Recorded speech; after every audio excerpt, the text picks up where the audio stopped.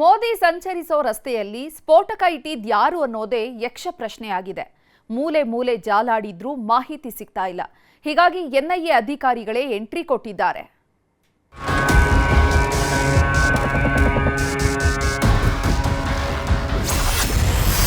Police ಇಲಾಖೆಯನ್ನ ಕಂಗೆಡಿಸಿದೆ gelatine ಕಡ್ಡಿ.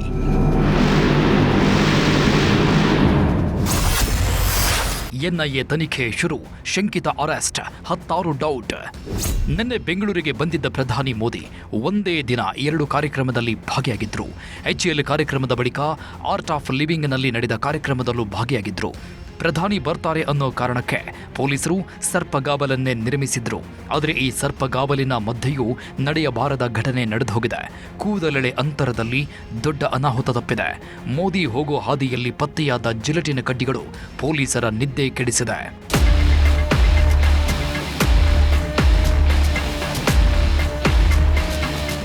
ಪ್ರಧಾನಿ ನರೇಂದ್ರ ಮೋದಿ ಬರೋ 2 ಗಂಟೆಗಳ ಮುಂಚೆಯಷ್ಟೇ ಜಿಲೆಟಿನ್ ಬಾಕ್ಸ್ ಪತ್ತೆಯಾಗಿತ್ತು. ಇದರ ಹಿಂದೆ ಬಿದ್ದಿರೋ ಪೊಲೀಸರು ಆರೋಪಿಗಾಗಿ ಹುಡುಕಾಟ ನಡೆಸುತ್ತಿದ್ದಾರೆ. ಇನ್ನೊಂದು ಕಡೆ ಪೊಲೀಸರಿಗೆ ಕರೆ ಮಾಡಿ ಬಾಂಬೆ ಇಟ್ಟಿದ್ದೇನೆ ಅಂತ ಹೇಳಿದ್ದವನ ಬುಡಕ್ಕೂ ಬಿಸಿ ನೀರು ಕಾಯಿಸುತ್ತಿದ್ದಾರೆ.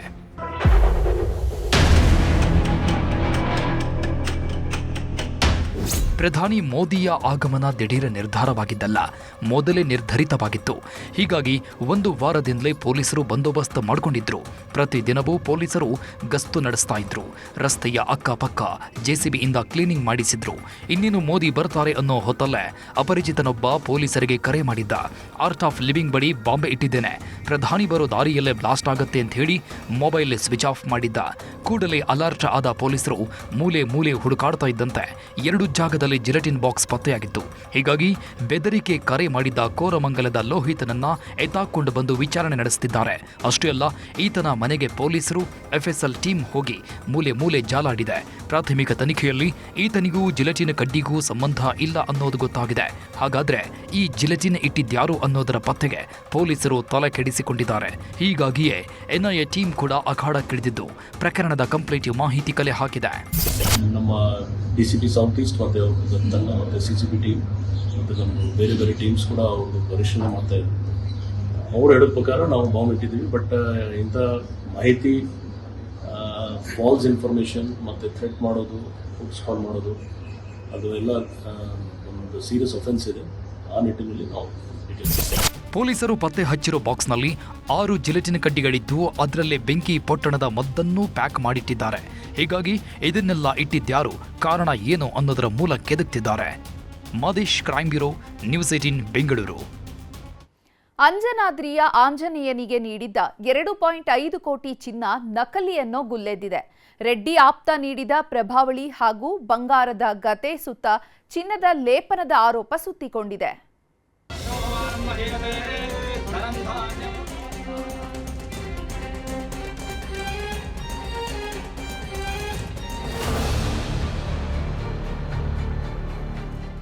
ಜಸ್ಟ್ 3 ದಿನದ ಹಿಂದೆ ಅಂಜನಾದ್ರಿ ಅಂಗಳದಲ್ಲಿ ದೊಡ್ಡದೊಂದು ಸುದ್ದಿಯಾಗಿತ್ತು. ಜನಾರ್ದನ ರೆಡ್ಡಿಯ ಸ್ನೇಹಿತ ಹೊತ್ತು ತಂದಿದ್ದ ಬಂಗಾರದ ಗದೆ ಇಡೀ ರಾಜ್ಯದ ಜನರನ್ನೇ ಬೆಚ್ಚಿ ಬೀಳಿಸಿತ್ತು. ದೊಡ್ಡ ಮನುಷ್ಯರು ಅಂದಮೇಲೆ ದೊಡ್ಡದಾಗಿಯೇ ದೇವರಿಗೆ ಕಾಣಿಕೆ ಕೊಡ್ತಾರೆ ಅಂತ ಎಲ್ಲರೂ ಮಾತನಾಡಿಕೊಂಡಿದ್ರು. ಯಾಕಂದ್ರೆ ರೆಡ್ಡಿ ಸ್ನೇಹಿತ AMR ಇಂಡಿಯಾ ಕಂಪನಿಯ ಮಾಲೀಕ ಮಹೇಶ್ ರೆಡ್ಡಿ ಬಂಗಾರದ ಗದೆಯನ್ನೇ ಭಗವಂತನಿಗೆ ಅರ್ಪಿಸಿದ್ರು. ಬರೋಬ್ಬರಿ 2.5 ಕೋಟಿ ಮೊತ್ತದ ಆಭರಣಗಳನ್ನ ದೇವರಿಗೆ ನೀಡಿದ್ದಾಗಿ ಸುದ್ದಿಯಾಗಿತ್ತು. ಆದರೆ ಇದೆಲ್ಲ ಆಗಿ 3 ದಿನ ಕಳೆಯೋದ್ರೊಳಗೆ ಅಸಲಿ ಬಣ್ಣ ಬಟಾಬಯಲಾಗಿದೆ. ಯಾಕಂದ್ರೆ 2.5 ಕೋಟಿ ಮೌಲ್ಯದ ಚಿನ್ನದ ಪ್ರಭಾವಳಿ ಹಾಗೂ ಗದೆಯಲ್ಲಿರೋದು ಕೇವಲ 28 ಗ್ರಾಂ ಚಿನ್ನ ಅನ್ನೋ ಸುದ್ದಿ ಹೊರಬಿದ್ದಿದೆ. ಅಂಜನಾದ್ರಿ ಆಂಜನೇಯನಿಗೆ ನಕಲಿ ಪ್ರಭಾವಳಿ ಅರ್ಪಣೆ. ಚಿನ್ನ ಲೇಪಿತ ತಾಮ್ರ ಅರ್ಪಿಸಿದ್ರ ಜನಾರ್ದನ ರೆಡ್ಡಿ ಸ್ನೇಹಿತ. ಅಂಜನಾದ್ರಿ ಅಂದ್ರೆ ಹಿಂದೂಗಳ ಪಾಲಿನ ಪವಿತ್ರ ಕ್ಷೇತ್ರ, ಆಂಜನೇಯನ ಜನ್ಮಸ್ಥಳ.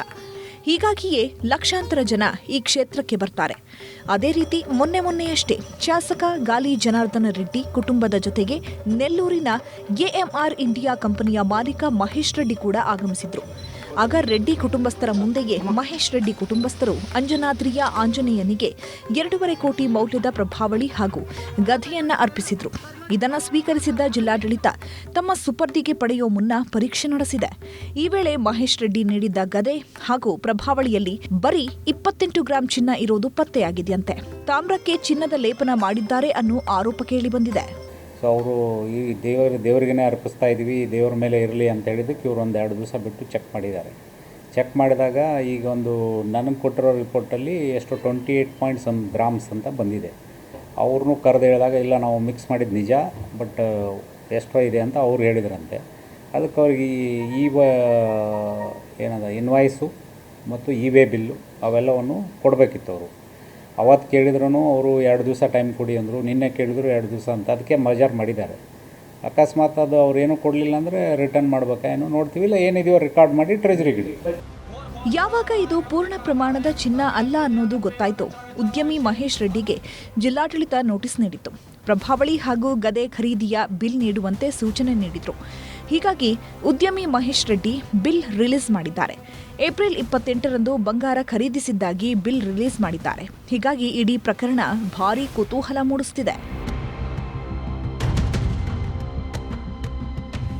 ಇನ್ನು ಈ ಗೊಂದಲದ ಬಗ್ಗೆ ಶಾಸಕ ಗಾಲಿ ಜನಾರ್ದನ ರೆಡ್ಡಿ ನ್ಯೂಸ್ 18 ಜೊತೆ ಮಾತನಾಡಿದ್ದಾರೆ.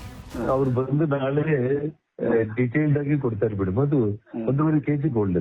ಇವಾಗ ನಾಳೆ ಅವರು ಎಮರ್ ಗ್ರೂಪ್ ಅವರು ಬಂದು ಅವರೇ ನಾಳೆ ಎಲ್ಲ ಡೀಟೇಲ್ಡ್ ಆಗಿ ಮೀಡಿಯಾಗೆ ಗೋಲ್ಡ್ ಪ್ಲೇಟ್ ಸಮೇತ 24 ಕ್ಯಾರೆಟ್ ಗೋಲ್ಡ್ ಅದೆಲ್ಲ ತೋರಿಸ್ತಾರೆ, ಅವರೇ ತೋರಿಸ್ತಾರೆ. ನನಗೆ ಮಾತಾಡಿದ್ರು ನಾಳೆ ನಾನು ನೀವೇ ಪ್ರೆಸ್ ಮೀಟ್ ಮಾಡಿ ಅಂತ ಹೇಳಿದ್ದೀನಿ. ನಾನು ನಾಳೆ ಕೊಪ್ಪಳದಲ್ಲಿ ಅವ್ರು ಪ್ರೆಸ್ ಮೀಟ್ ಮಾಡಿ ಹೇಳ್ತಾರೆ. ಒಟ್ನಲ್ಲಿ 2.5 ಕೋಟಿ ಚಿನ್ನದ ಸುತ್ತ 10 ಅನುಮಾನ ಹುಟ್ಕೊಂಡಿದ್ದು ಅಸಲಿ ರಹಸ್ಯ ಇನ್ನಷ್ಟೇ ಬಿಚ್ಚಿಕೊಳ್ಳಬೇಕಿದೆ. ಶರಣಪ್ಪ ಬಾಚಲಾಪುರ, ನ್ಯೂಸ್ 18, ಕೊಪ್ಪಳ. ತಮ್ಮ ಮಾಡಿದ ಎಡವಟ್ಟಿಗೆ ಅಣ್ಣ ಕಣ್ಣೀರಿಡ್ತಿದ್ದಾನೆ. ಸಂಬಂಧಿಕರ ಹುಡುಗಿ ಜೊತೆ ಮನೆ ಬಿಟ್ಟು ಹೋಗ್ತಾ ಇದ್ದಂತೆ ಹುಡುಗನ ಸಹೋದರನನ್ನ ಕಿಡ್ನಾಪ್ ಮಾಡಿದ್ದಾರೆ.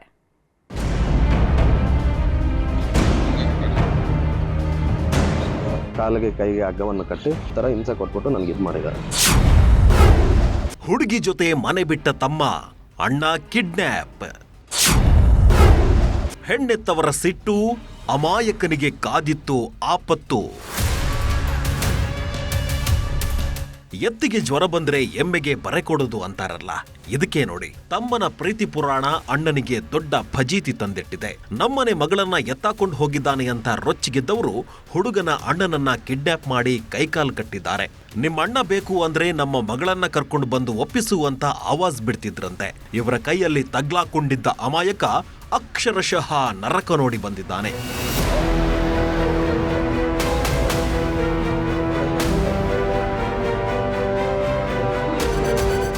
ಇವನೇ ನೋಡಿ ಈ ಸ್ಟೋರಿಯ ಸೂತ್ರಧಾರ. ಹೆಸರು ಶಿವಕುಮಾರ್ ಅಂತ. ಬ್ಯಾಡ್ರಹಳ್ಳಿಯ ಈತ ಯುವತಿಯೊಬ್ಬಳನ್ನ ಪ್ರೀತಿ ಮಾಡ್ತಿದ್ದ. ಆದ್ರೆ ಹುಡುಗಿ ಮನೆಯಲ್ಲಿ ವಿರೋಧ ಮಾಡ್ತಿದ್ರು. ಇಬ್ರು ಸಂಬಂಧಿಕರಾದ್ರೂ ಹೆಣ್ಣೆತ್ತವರು ಮಾತ್ರ ಮದುವೆಗೆ ಒಪ್ಪಿರಲಿಲ್ಲ. ಹೀಗಾಗಿ ಕಳೆದ ವಾರ ಪ್ರಿಯಕರ ಶಿವು ತನ್ನ ಹುಡುಗಿ ಜೊತೆ ಮನೆ ಬಿಟ್ಟು ಎಸ್ಕೇಪ್ ಆಗಿದ್ದ. ಇದರಿಂದ ರೊಚ್ಚಿಗೆದ್ದ ಯುವತಿ ಕುಟುಂಬಸ್ಥರು ಶಿವು ಸಹೋದರ ಕೊಟ್ರೇಶಿ ಮೇಲೆ ಕಣ್ಣಿಟ್ಟಿದ್ದಾರೆ. ದೇಗುಲವೊಂದರಲ್ಲಿ ಅರ್ಚಕನಾಗಿದ್ದ ಕೊಟ್ರೇಶಿ ತಾನಾಯ್ತು ತನ್ನ ಪಾಡಾಯ್ತು ಅಂತಿದ್ದ. ಆದ್ರೆ ಈತನನ್ನ ಪುಸಲಾಯಿಸಿದವರು ಪೊಲೀಸ್ ಸ್ಟೇಷನ್ ನಲ್ಲಿ ಕಂಪ್ಲೇಂಟ್ ಕೊಡೋಣ ಬಾ ಅಂತ ಕಾರ್ ಹತ್ತಿಸಿಕೊಂಡಿದ್ದಾರೆ. ನಂತರ ಅಜ್ಞಾತ ಸ್ಥಳಕ್ಕೆ ಕರೆದೊಯ್ದು ಕೈಕಾಲು ಕಟ್ಟಿ ಹಾಕಿದ್ದಾರೆ. ಬಳಿಕ ಹಿಗ್ಗಾಮುಗ್ಗ ಥಳಿಸಿದ್ರು ಅನ್ನೋ ಆರೋಪ ಕೇಳಿ ಬರ್ತಿದೆ.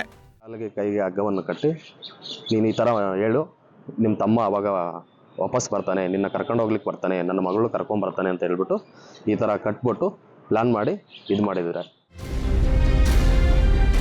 ತನಿಖೆ ಕೈಗೊಂಡಿರೋ ಪೊಲೀಸರಿಗೆ 10 ಅನುಮಾನ ಕಾಡೋದಕ್ಕೆ ಶುರುವಾಗಿದೆ. ಯಾಕಂದ್ರೆ ಹುಡುಗಿ ಮನೆಯವರ ಜೊತೆ ಸೇರ್ಕೊಂಡು ಕೊಟ್ರೇಶಿಯೇ ಕಿಡ್ನಾಪ್ ನಾಟಕ ಮಾಡಿದ ಅನ್ನೋ ಮಾಹಿತಿಯೂ ಇದೆ. ಹೀಗಾಗಿ ಎಲ್ಲ ಆಂಗಲ್ನಲ್ಲೂ ತನಿಖೆ ಮಾಡ್ತಿದ್ದಾರೆ. ಒಟ್ನಲ್ಲಿ ಜೋಡಿ ಹಕ್ಕಿಗಳ ಪ್ರೇಮ ಕಥೆಗೆ 2 ಕುಟುಂಬಗಳು ಕಂಗಾಲಾಗಿದ್ದು ಮಾತ್ರ ಸುಳ್ಳಲ್ಲ.